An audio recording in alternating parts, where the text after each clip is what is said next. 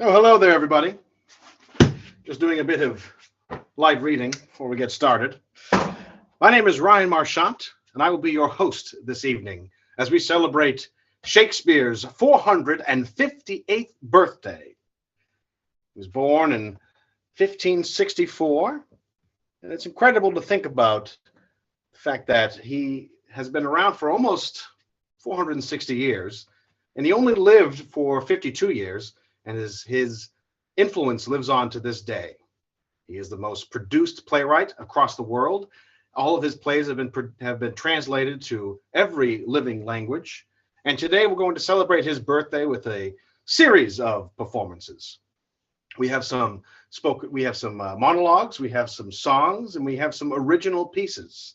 And the great thing about Shakespeare is that his work runs the whole gamut of experience. We have, of course, the history plays. Let us not forget, it moves on then, of course, to the comedies. And not last but least, or least but not last, are the tragedies. Alas, poor Yorick, you're a fish. We really want to welcome all of you, and we're so excited to have you here. This is only the second time I've worked with Theater at First. I had worked with them previously with the complete works of William Shakespeare Abridged, which was a treasured experience. And I'm so glad to be working with these folks again to celebrate the Bard on, again, his 458th birthday. Well, without further ado, I'd like to welcome our first performer of the evening. We have Annabelle Gretz, who would like to perform the monologue from Puck from A Midsummer Night's Dream. Annabelle, come on in.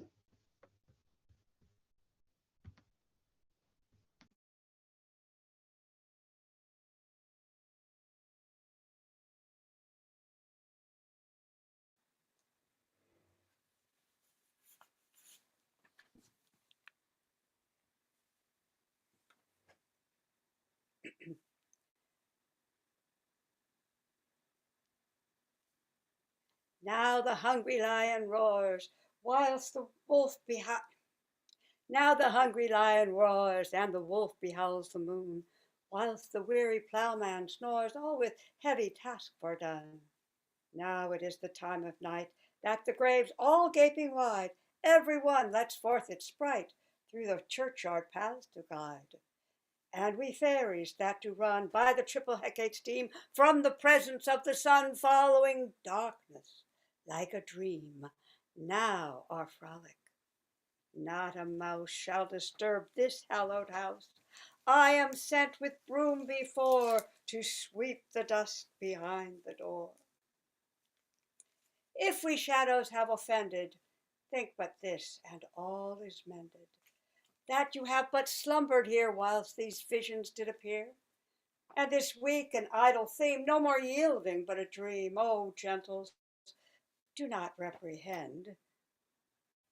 If you pardon, we will mend, as I am an honest Puck. If we have unearned luck thus to scape the serpent's tongue, why, we shall make amends ere long, else the Puck a liar call. And so, good night unto you all. Give us your hands if we be friends, and Robin shall restore amends.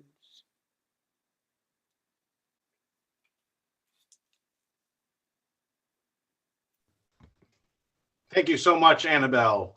Well done. Well done. And next, I'd like to bring on Michael Anderson and Sue Downing, who have an original piece. It is Macbeth combined with pulp fiction, and it is entitled, Let's Do It Right Here, Right Now. My dearest love, Duncan comes here tonight. And one goes hence. Tomorrow, as he purposes.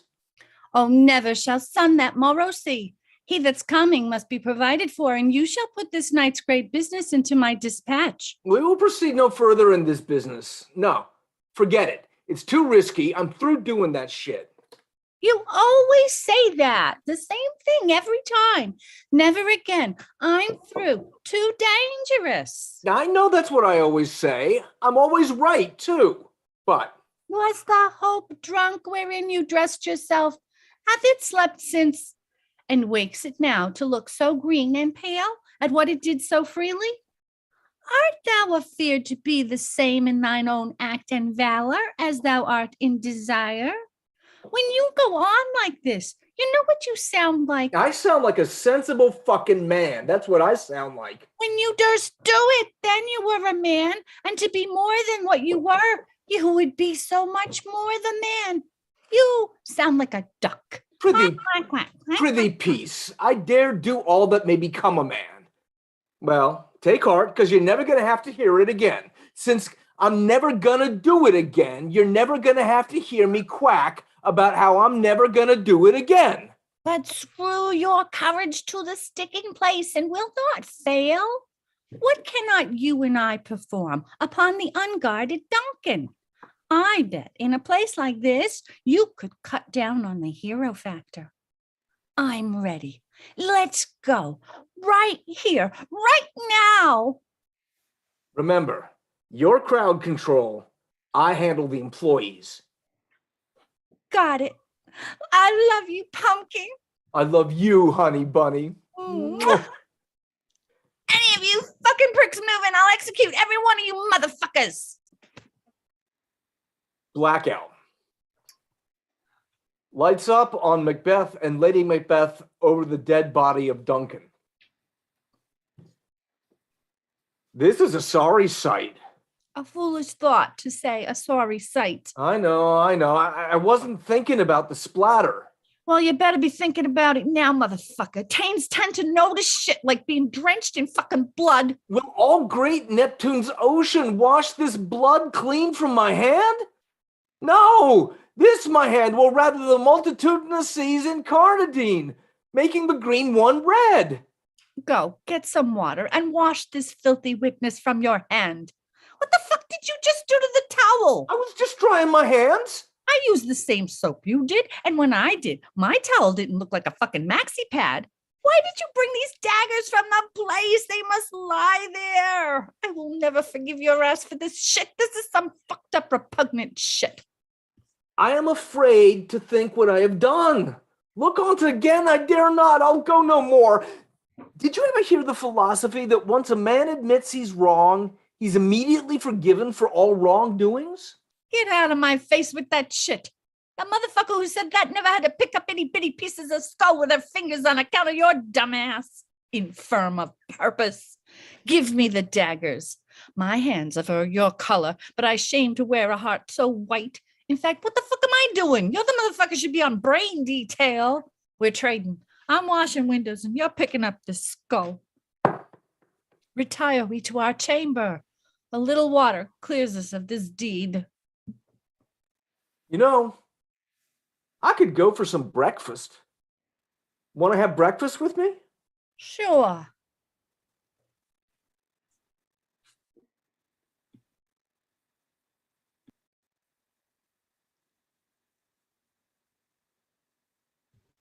Fantastic. I loved it. Love it, love it, love it. That's so great. And you can see right there that Shakespeare's work is very contemporary to today. Back then, it could be rather explosive. That was louder than I expected. Shakespeare, he wrote 39 plays. He wrote 154 sonnets, 3 narrative poems, and some of uncertain authorship. In fact, when it comes to Shakespeare, there's quite a bit of mystery about him. But let's move on to our trivia portion, the first of 3, where we talk a little bit about who Shakespeare was as a man in his time. So we're going to have to put on our thinking caps for this one. Now, if you are on our YouTube page, you'll be able to put in a chat right at the bottom while the show is going.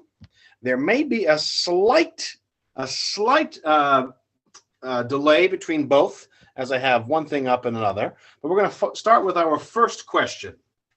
And I'm going to admit that these are a little easy. But what was the name of Shakespeare's wife? What was the name of Shakespeare's wife?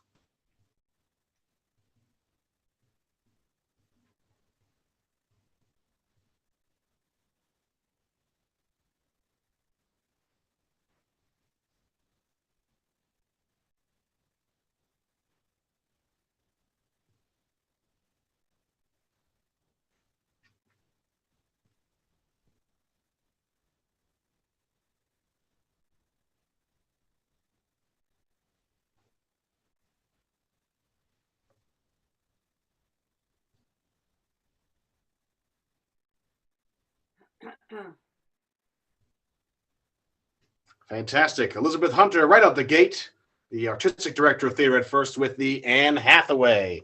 Anne Hathaway, yes. Barbara Barry, my aunt, has it as well. Anne Hathaway, fantastic.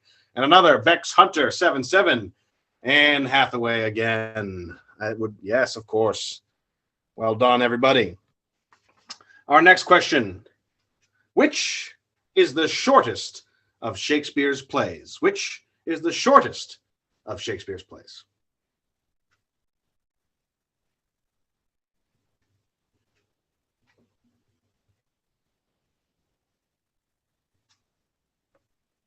Yes, indeed. Shortest. Although, if you asked me in high school, every single one of them was long. They were all had a lot going on in there. Hint, this one is a little bit funny. A little bit funny. And don't want to make a mistake.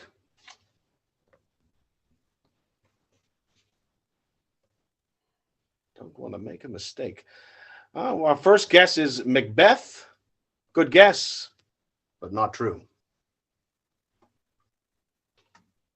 Now, I do hope that no one is cheating and using Google while we have this going. First guess was Macbeth. That's not correct.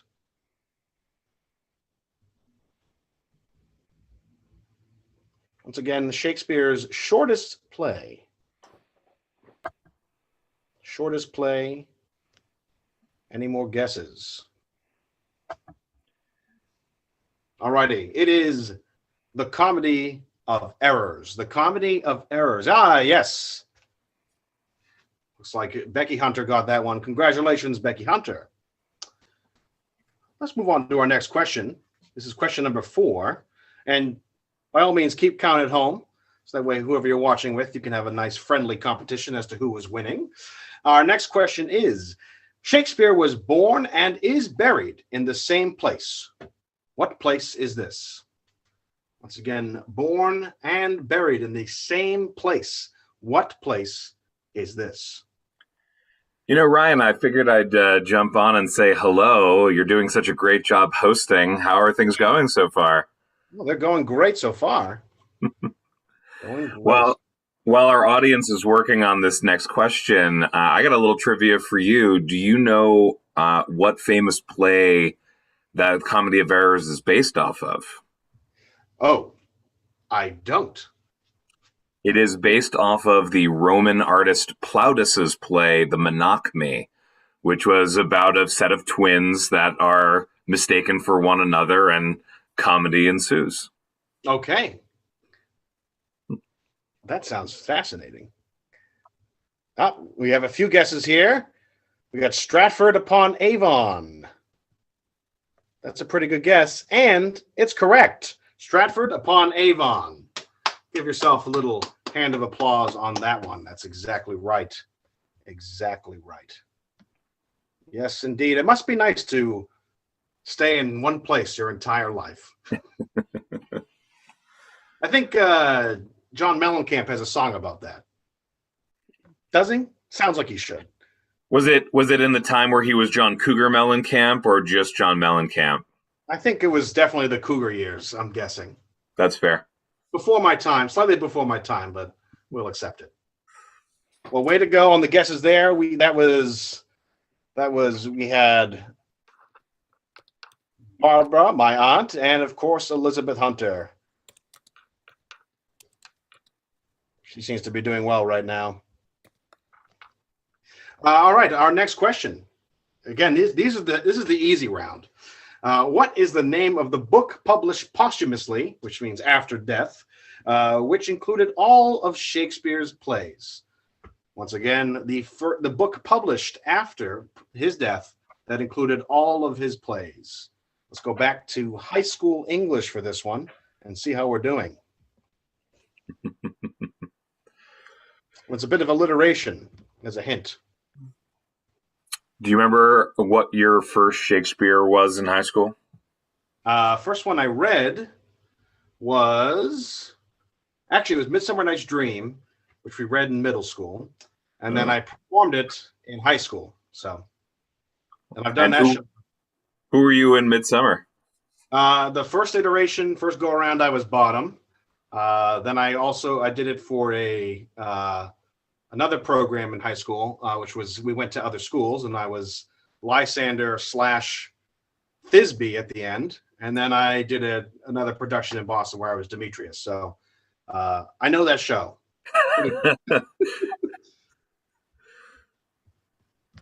Let's see how we're doing here.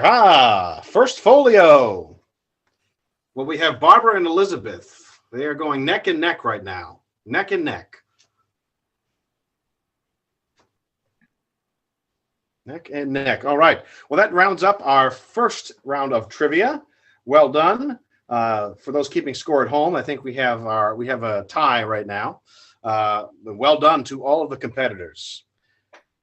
Next, I'd like to talk a little bit just about Theater at First. Again, I got involved for the first time in 2019. Actually, Mike, let me take off my trivia hat. Mike directed myself in a great cast in Complete Works of William Shakespeare Abridged. Again, it was a wonderful experience. This organization has been around since 2003. It's entirely volunteer based, and they seek to bring in talent from around the area to have an enriching and wonderful live theater experience. A lot of their shows happen out of the First Church, which is just outside of Davis Square, but they are a wonderful organization.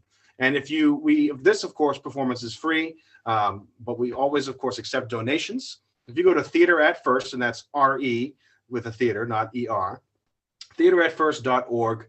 There's a button there where you can support the Theater at First. No amount is too small. All amounts are appreciated, and they make a huge difference in the programming for Theater at First. There's a couple shows happening this season. There is Eurydice, which is going to be by Sarah Rule, which is a newer take on the classic Greek myth. And that will be up in August. And then, of course, we have Henry V, which we'll talk a little bit about later, but that's going to be coming up soon in June. All righty. And with that, I'd like to give it back to Michael and Sue, this time with a Hamlet and Streetcar Named Desire mashup, which is entitled, What Kind of Queen You Think You Are? Michael and Sue. Now, what's the matter? Hamlet, thou hast thy father much offended. Mother, you have my father much offended. Come, you answer with an idle tongue. Go, you question with a wicked tongue. Have you forgot me? Nope, just me and you. Unless you got somebody hid under the bed. What you got on those fine feathers for? A beau of mine. The one that gave you the white fox pieces. Oh, that's right. And come up with that gorgeous diamond tiara. He is a gentleman, and he respects me. What he wants is my companionship. A cultivated woman, a woman of intelligence and breeding, can enrich a man's life immeasurably. I have those things to offer, and this doesn't take them away. Physical beauty is passing, a transitory possession, but beauty of the mind and richness of the spirit and tenderness of the heart, and I have all those things, aren't taken away, but grow, increase with the years. Come, and sit you down. You shall not budge. You go not till I set you up a glass, where you may see the inmost part of you. Peace. Sit you down and let me wring your heart, for so I shall, if it be made of penetrable stuff, if damned custom hath not brazed it so, that it is proof and bulwark against sense. What have I done, that thou darest wag thy tongue in noise so rude against me? Such an act that blurs the grace and blush of modesty, calls virtue hypocrite, takes off the rose from the fair forehead of an innocent love, and sets a blister there. Ha! Have you eyes? You cannot call it love. I don't want realism. I want magic. Yes, magic. I try to give that to people. I misrepresent things to them. I don't tell truth. I tell what ought to be truth. And if that is sinful, then let me be damned for it. But I have been foolish, casting my pearls before swine. Swine, huh? Oh, shame! Where is thy blush?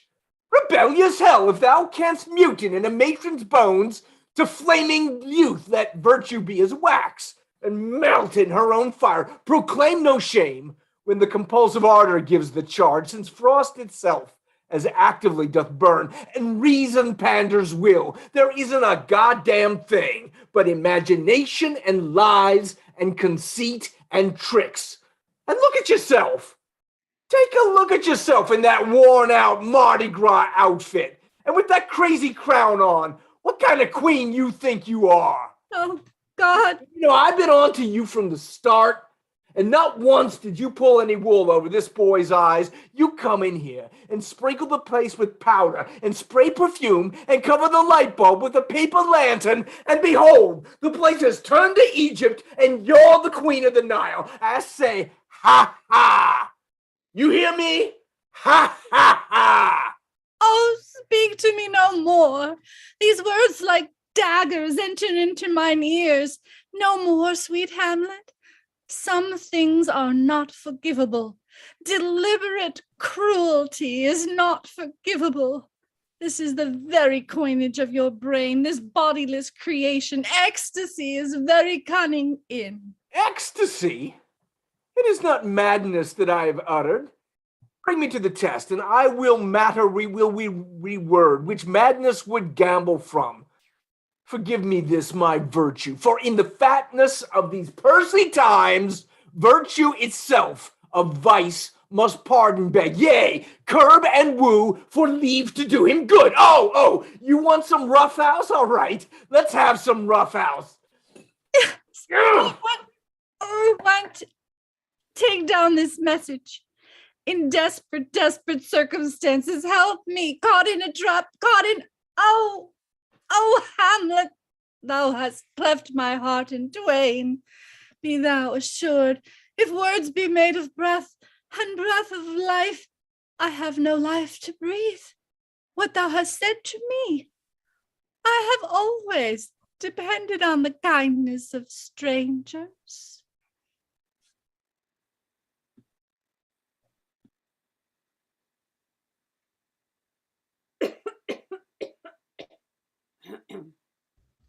Well done, Michael and Sue. Fantastic.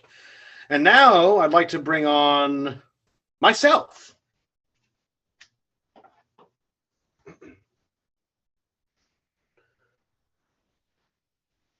Oh, when my cue comes, call me and I will answer. My next is most fair Pyramus.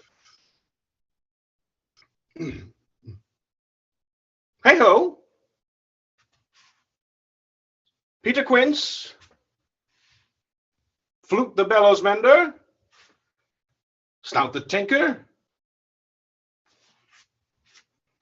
Starveling. God's my life, stolen hence and left me asleep. I have had a most rare vision. I have had a dream. Pass the wit of man to say what my dream was. Man is but an ass if he go about to expound this dream. Methought I was, but no man can tell what methought I was. Methought I had, but man is but a patched fool if he will offer to say what methought I had. The eye of man hath not seen, the ear of man hath not seen, man's hand is not able to taste, his tongue to conceive, nor his heart to report what my dream was.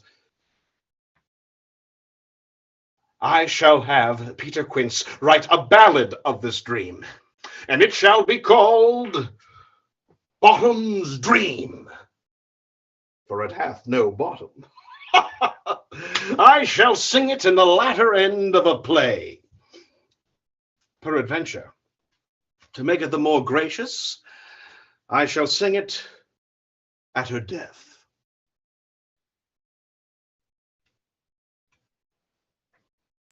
And now I'm a new person. Who was that guy? All righty. Let us. Ryan, nicely done. Thank you. Let us move on to our second bit of trivia. Again, I'm going to put on my trivia hat. Gets me thinking. This one, a little bit more about Shakespeare the man in his time. Let us get our YouTube questions going. Wonderful.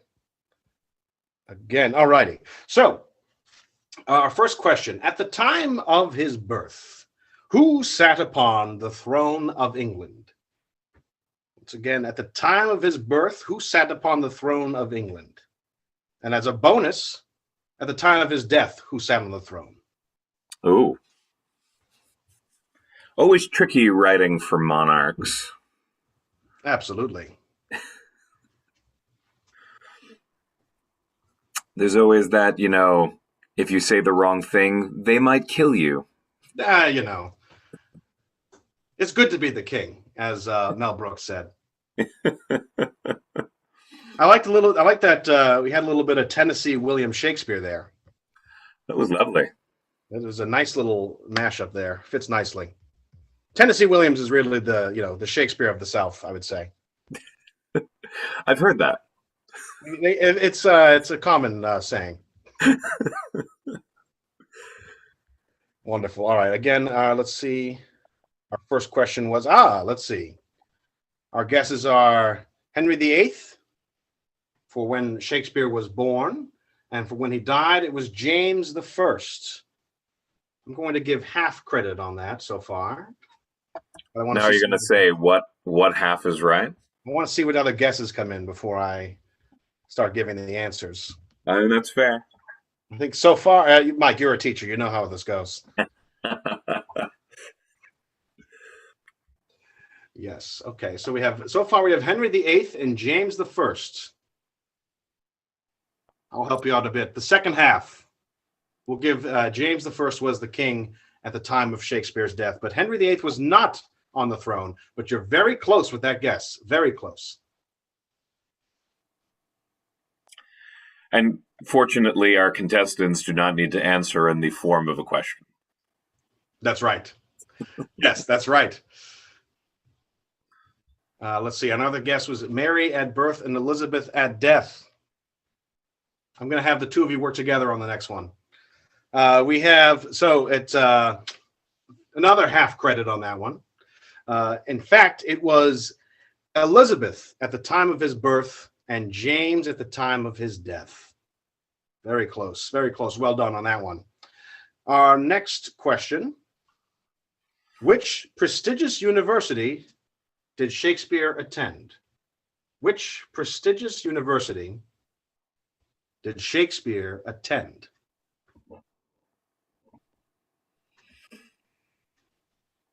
I appreciated Dame Judi Dench's performance as Elizabeth in Shakespeare in Love. I thought that was well done.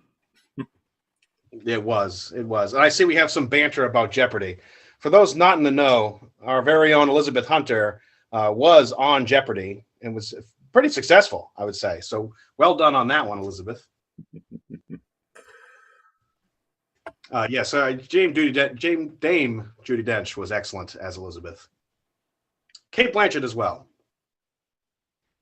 I see. Okay, so our answers for this next one. Which prestigious university did Shakespeare attend? So far, we have none as the guess. None. Another guess for none.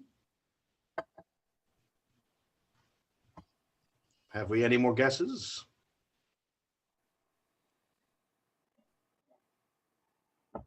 A guess. A kingdom for a guess.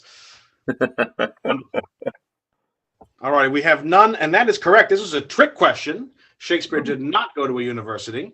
He is self-taught, which, in my opinion, I would say is why people think that he couldn't have authored his books, authored his plays. But that's because people overestimate college. But any kids watching, do all your homework and go to college. Any children that are watching, listen to that.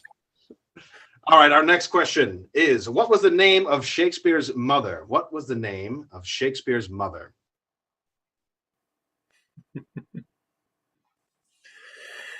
Maybe later in life they offered him one of those honorary degrees. That's I definitely, certainly. Suddenly, Oxford and Cambridge were like, he might be onto something. He's got a lot of money. I'd like to have his name somewhere here. Yeah. The lesser known Shakespearean speeches, the commencement addresses he was asked to do at various English universities. Of course, yes. And he always ended every single one of them with, "To thine own self be true." You can almost imagine him being able, like, well, to quote myself. Yes. I mean, one must. Yes. I mean, Polonius sort of has that energy. Let me quote myself on some nonsense here. Once again, we have a guess for Mary. I'm going to give half points on that one. Heading in the right direction. It is Mary, but what about the last name? Do we have a last name? Margaret Thatcher. I love that as a guess. Not correct, but I'm going to give you points for creativity anyway. Old Maggie. I'm sure Margaret Thatcher was a fan of Shakespeare, although I don't think she quite got the point of some of his plays. A fair comment.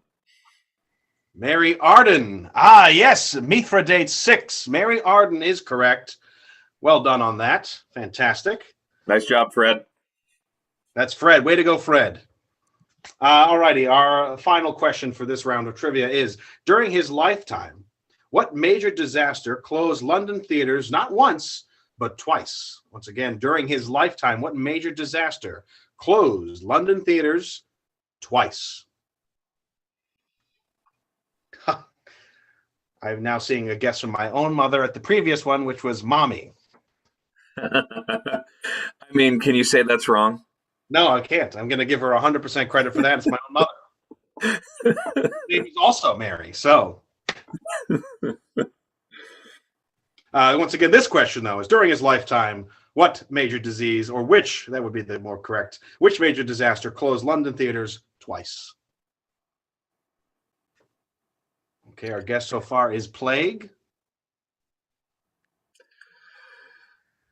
With these times, it's a pretty good guess. Plague again.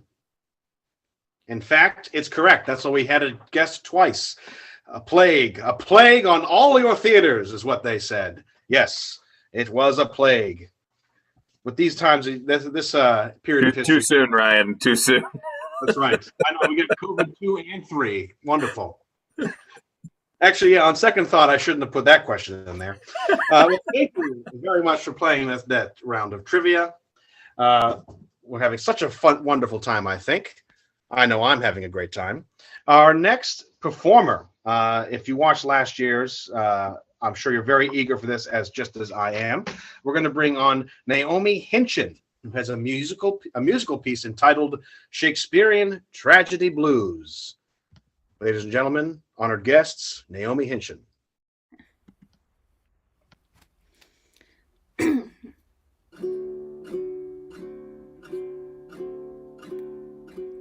When your mom has wed your uncle and he may have murdered dad. When you kill your girlfriend's father and it drives the poor girl mad. When you think to be or not to be and you don't know which one to choose. You know you've got the Shakespearean tragedy blues. When the king comes for a visit and you stab him in the night. When a dead man's at your banquet and it gives you quite the fright. When you rely on prophecies that witches cooked up in their brews. You know you've got the Shakespearean tragedy blues. When your family and your lovers seem to want each other dead. When one of you gets banished, when you've only just been wed. When it takes a double suicide to bring the conflict to a truce. You know you've got the Shakespearean tragedy blues. When you depend on flatterers to keep you when you're old, when your daughters turn against you and you're run out in the cold, when you wander in a storm without your clothes on and your wits you lose. You know you've got the Shakespearean tragedy blues. Well, you might have your troubles and you think your life is hard, but you could have it worse if you were written by the bard. When you kill off your nephews just to pave your way to power, when you find out your sons were in that pie you just devoured, when you go to the Senate and they greet you with a knife, when the Romans take your kingdom and a snake bite takes your life, when you kill your wife for cheating and discover she was falsely accused. You know you've got the Shakespearean tragedy blues. You know you've got the Shakespearean tragedy blues. You know you've got the Shakespearean tragedy blues.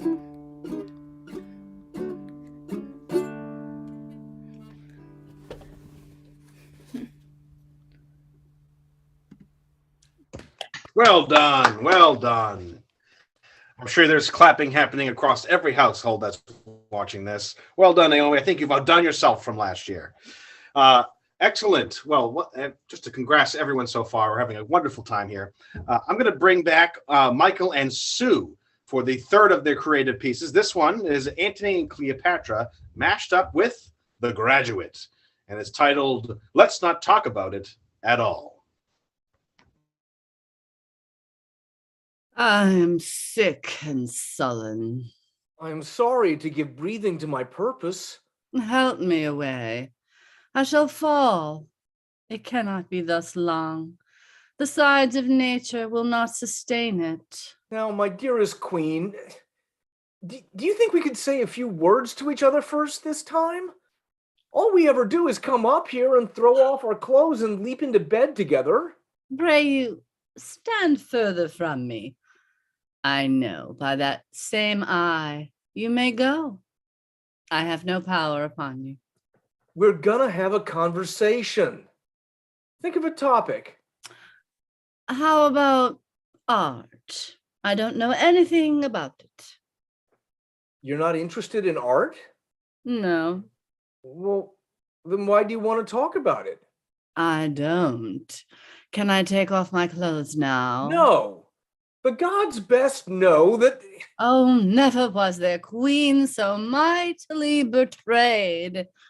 Yet at the first I saw the treasons planted. Cleopatra! Why should I think you can be mine and true?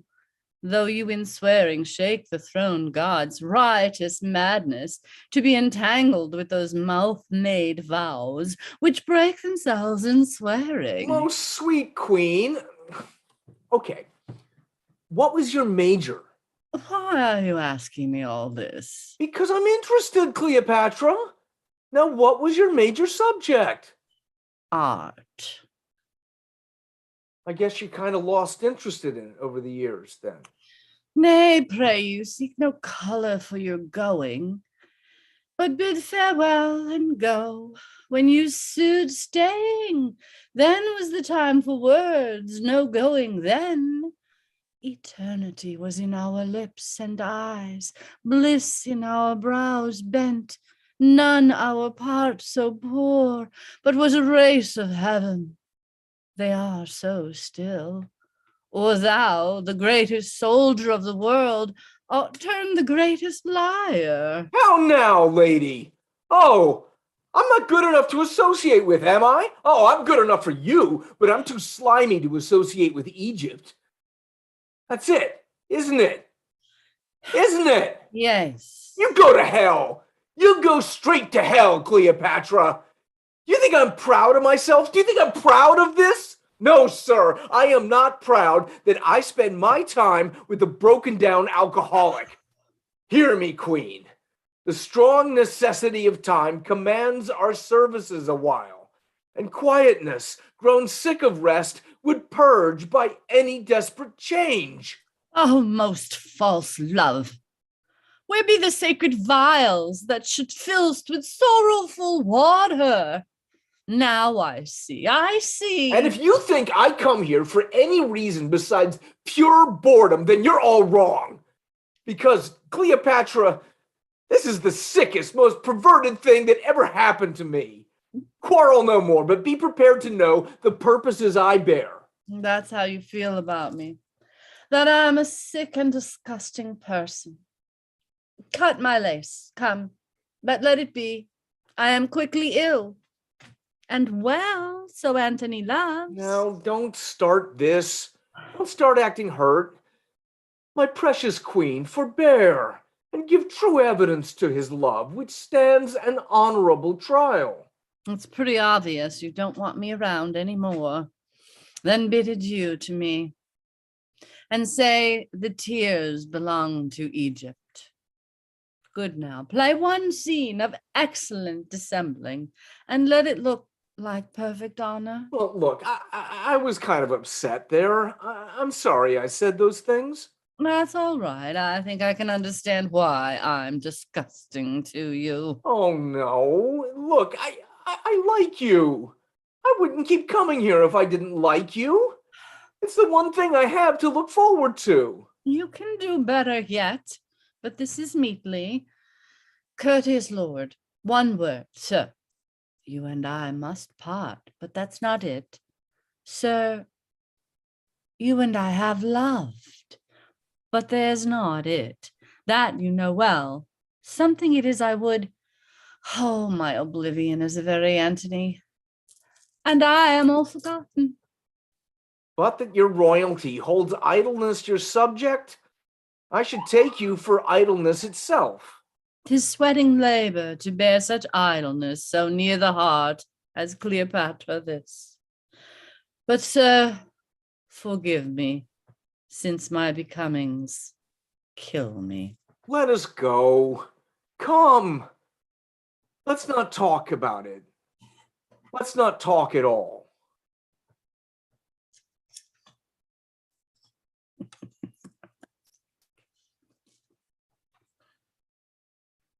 Inspired.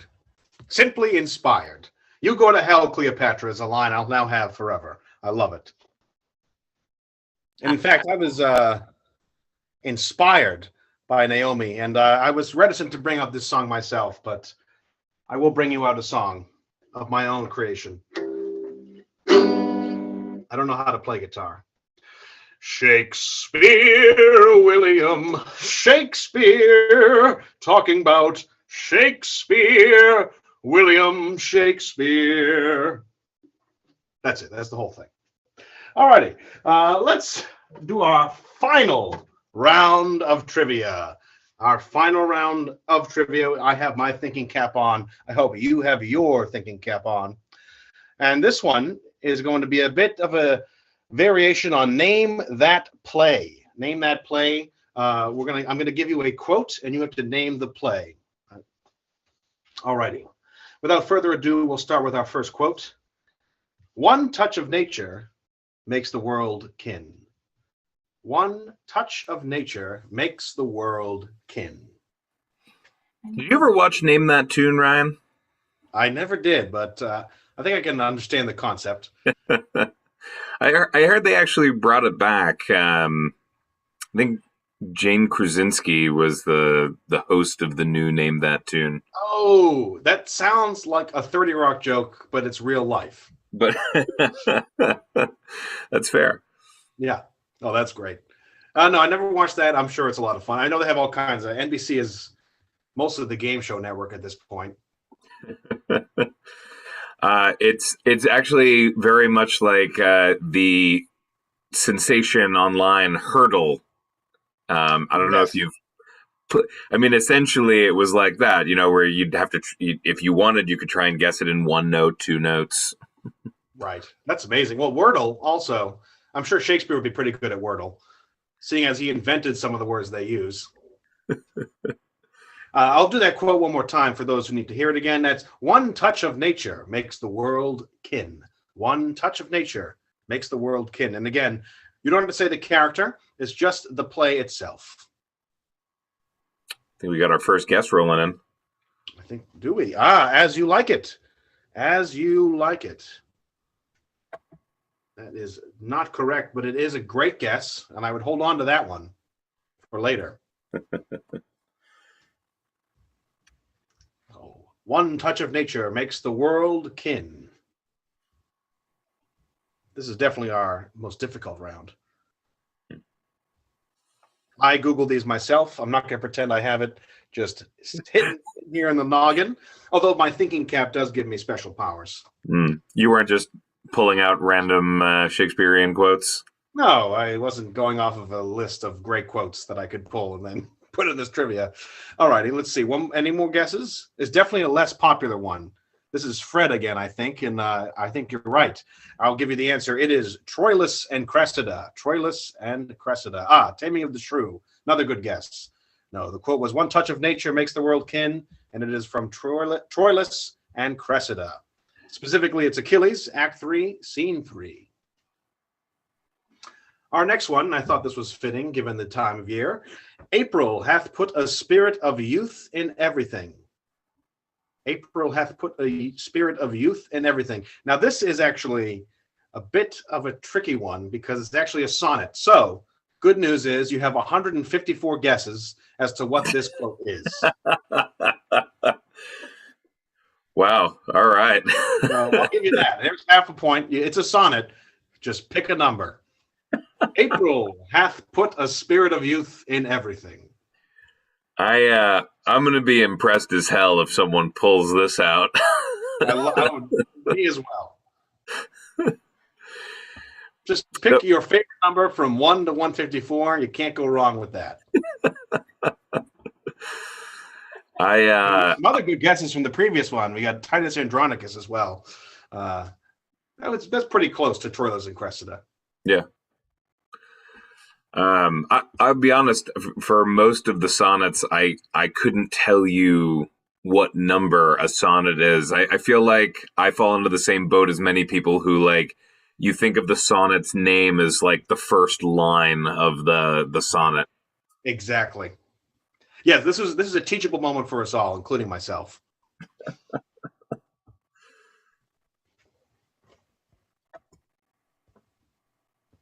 Once again, that was April hath put a spirit of youth in everything. I'm going to say 103. 103. Okay, that's our first guess. Love it. We got a guess in the chat too. What do we have here? Let's see. 42. You can't go wrong with life, the universe, and everything. Just remember to bring it down. That's right. We got 99. You'll always come back for more. 99. Missed it by that much. 99 sonnets of love on the wall, I guess. I don't know. Trust me, I can come up with a bit for any number you put in here. Again, you have 154 guesses. We're actually, this part of the show is going to go on for another hour, so everyone's going to take turns going through every possible number combination. I'm guessing based on, yes, I love it. Yes, thank you. 42.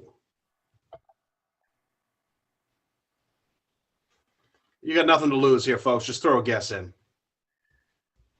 Any number. I think you're going to have to hit us with this one, Ryan. All right, I'll put us out of our misery. So this is actually Sonnet 98. Sonnet 98. 4 for Bobby Orr, of course. Yes. So once again, that was April hath put a spirit of youth in everything. All righty. Our next one. This one I think we're going to get. Someone might even put in the character. Brevity is the soul of wit. Brevity is the soul of wit. This is a play, not a sonnet. I'm playing nice. What was the number on the last one you said? 98. So actually 99 was incredibly close. Yeah, I think we got to give points to the person who guessed 99. So that's Fred, who also said 99 sonnets, but that verse ain't one. So I'm going to give another point for that. An amazing pun. And this next one is Brevity is the soul of wit. What play is this from?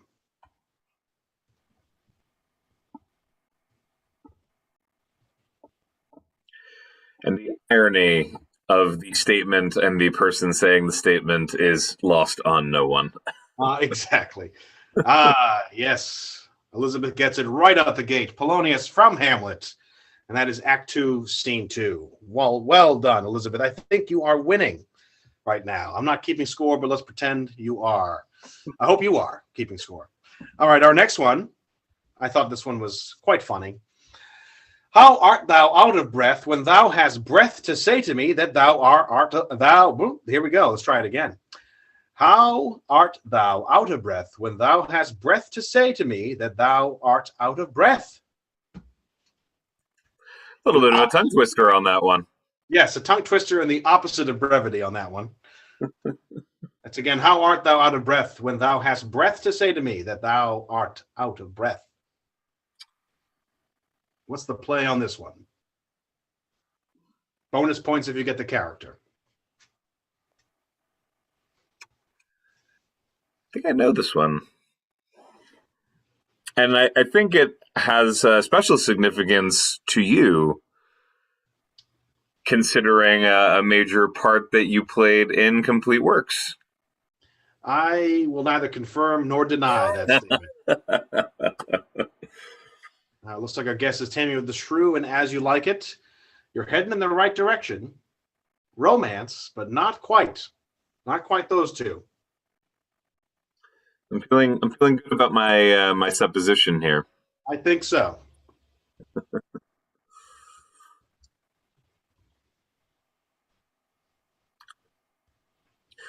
Which always makes me look at this scene. I think as a director, you get choices of is the character who this person is speaking to actually out of breath, or is this person intentionally trying to mess with this person who is desperately seeking news?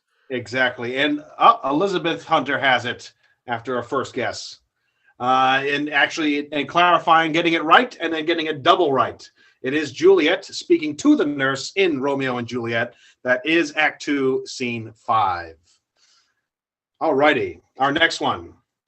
How far that little candle throws its beams, so shines a good deed in a naughty world. How far that little candle throws its beams, so shines a good deed in a naughty world. What is the play? This is often misquoted as well. Some will say, so shines a good deed in a weary world. But naughty at the time had a much more serious connotation than it does now. I gotta say, Sue, I was thinking the same thing in my head. Is it naughty with an N or naughty with a K? This is naughty with an N.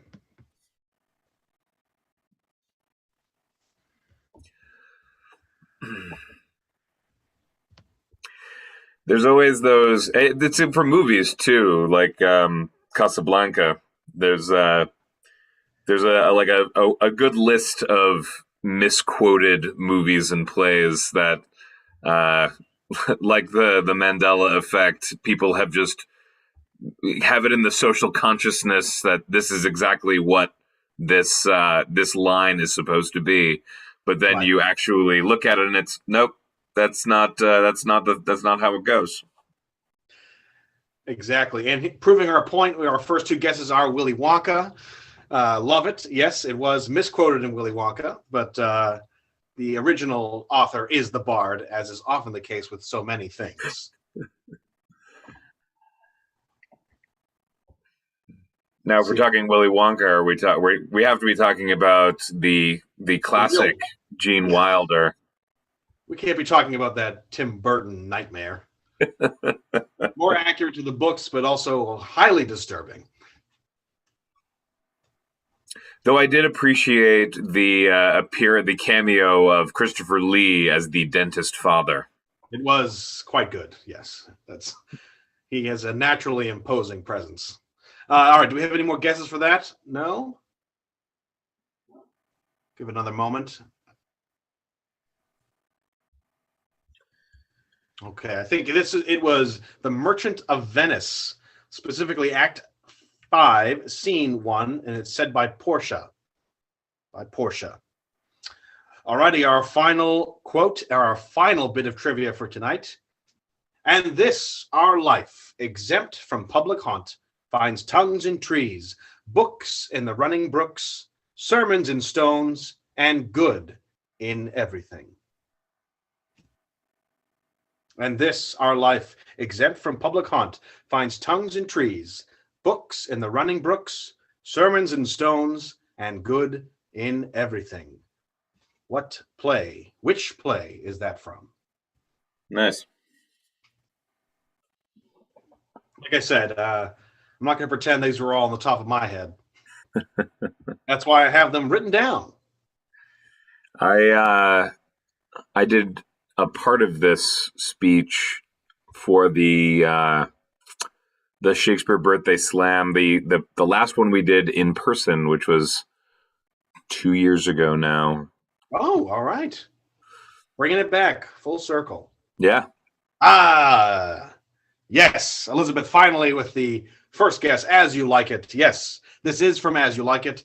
Specifically, it's Duke Sr. in Act 2, Scene 1. Duke Sr. As You Like It. Well, thanks everyone for playing trivia. That's right. Yes, I'll just keep saying it until I'm right. That is the exact approach to life one must have. Wonderful. All right. Well, with it, I will. With that, we will close out our trivia. Well done, all. You're all winners. And actually, I'm going to hand it right back off to Mike, who's going to take us to the chopping seas of the Tempest. Mike, take it away. Now my charms are all o'erthrown. What strength I have's mine own. Which is most faint, now 'tis true, I must be here confined by you, or sent to Naples. Let me not, since I have my dukedom got, and pardon the deceiver, dwell on this bare island by your spell. But release me from my bands, with the help of your good hands. Gentle breath of yours my prayers, my sails must fill, or else my project fails, which was to please. Now I want spirits to enforce, art to enchant, but my ending is despair, unless I be relieved by prayer that pierces so that it assaults mercy itself and frees all faults. As you, for crimes would pardon be, let your indulgence set me free. Thank you. Wonderful. Thank you, Mike. Well done. Well done. Now, correct me if I'm wrong, but you're actually currently working on a Shakespeare play. I am. Theater at First, we're coming back, and we're coming back strong. We have an outdoor production of Henry V that we're going to be doing in Nathan Tufts Park this June, which is going to be kicking off the triumphant return of Theater at First after a far too long hiatus, but a necessary one. Well, it's wonderful to hear you be back. And you have the full cast, everyone ready to go? You're in the middle of rehearsals? We have an absolutely tremendous cast. We have 20 people in this cast, Right. and all extremely talented. We have a phenomenal fight coordinator and choreographer in Chris Cardone, which is part of the reason we wanted a cast of 20 people, because we're going to stage the Battle of Agincourt, and so there's going to be some, that's the kind of the benefit of doing an outdoor production. We're going to certainly have a lot of space to play with, and what better a show to perform outside than a nice epic battle show like Henry V. Amazing. Yeah, that's one of Shakespeare's most popular ones for sure. And that sounds incredible. That sounds like a great thing. 20 people, that's going to be amazing. Now, I'll tell you, speaking of being one of his very popular ones, one of the things that I personally love about Henry V that we're going to be playing a lot with our production of it is Shakespeare himself presents two different Henrys in the course of the play, because the on the face, we with Henry himself, we clearly get a lot of the national hero. We get the rah rah, the man who brings the soldiers together and fights against the odds. He gives the classic movie speech right before the big battle, and that was something that Shakespeare's contemporaries, the audience of the time, would have, they all knew these stories. This was all fresh in their mind, and Henry was an important figure to them. And yet, there's also this subversive element that's within Shakespeare's text, where we also get elements of Henry being cold and manipulative and an extremely dangerous person. And so I'm a person who believes that Shakespeare intended both of these interpretations simultaneously, and almost leaves it up to the audience just to decide, hey, is this a person a monster, or is this person a hero? What side of the aisle do you fall on? But you could also make the argument that life is not that simple to classify, and really, sometimes you have people that fall on both sides of that line. Amazing. Yes, I love that interpretation. And it sounds like this is going to be a fabulous production. I know the dates for them are June 4th and 5th, the 11th and the 12th, so 2 weekends. It's going to be at 6 p.m. It is free, and it has Nathan Tufts Park, and that is is it Medford or Somerville? Somerville. Just a short walk away from where we typically perform with Theater at First at the Unity Church. Wonderful. Unity Church, that's right. Fantastic. Well, I know as a special treat for our viewers right now, we also have your leading man for that show. We have Nathan Johnson, who's going to perform a little bit from the show. Yes, indeed. Nathan, why don't you join us?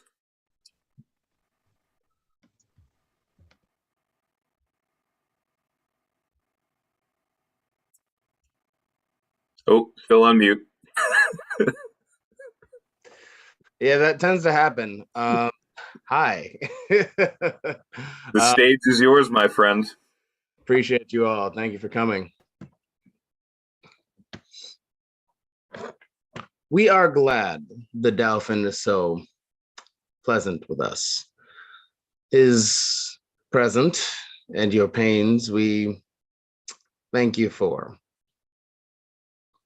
When we have marched our rackets to these balls, we will, in France, by God's grace, play a set, shall strike his father's crowns into the hazard. Tell him he hath made a match, such a wrangler, that all the courts of France will be disturbed with chases. And we understand him well. Now he comes o'er us with our wilder days, not measuring what use we made of them. We never valued this poor seat of England, and therefore, living hence, did give ourselves to such barbarous license, as 'tis ever common that men are merriest when they're from home. But tell the Dolphin, I will keep my state, be like a king, and show my sail of greatness when I do rouse me in my throne of France. But I will rise there with so full a glory that I will dazzle the eyes of France. Yea, strike the Dolphin blind to look on us, and tell the present prince this mock of his shall turn his balls to gunstones, and his soul shall stand sore charged for the wasteful vengeance that shall fly with them for 1,000 widows. Shall this his mock mock out of their dear husbands, mock mothers from their sons, mock castles down. And some are yet ungotten and unborn that shall have cause to curse the dolphin scorn. So get you hence in peace and tell the dolphin his jest will savor but of shallow will, when thousands weep more than did laugh at it.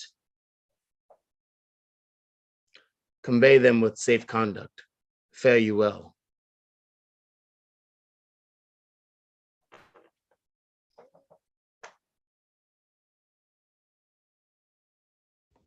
Thank you, Nathan. Well done. Thank you very much. Excellent. Well, thanks everybody for watching. I want to take this moment to bring back our entire cast. We have everyone here. We had Michael Anderson and Sue Downing. We had Naomi Hinchen. We had Annabelle Gretz.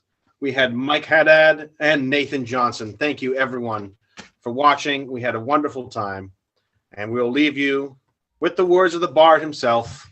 All the world's a stage, and all the men and women merely players. They have their exits and their entrances, and one man in his time plays many parts. Thanks, everyone, for watching. Thank you, Ryan.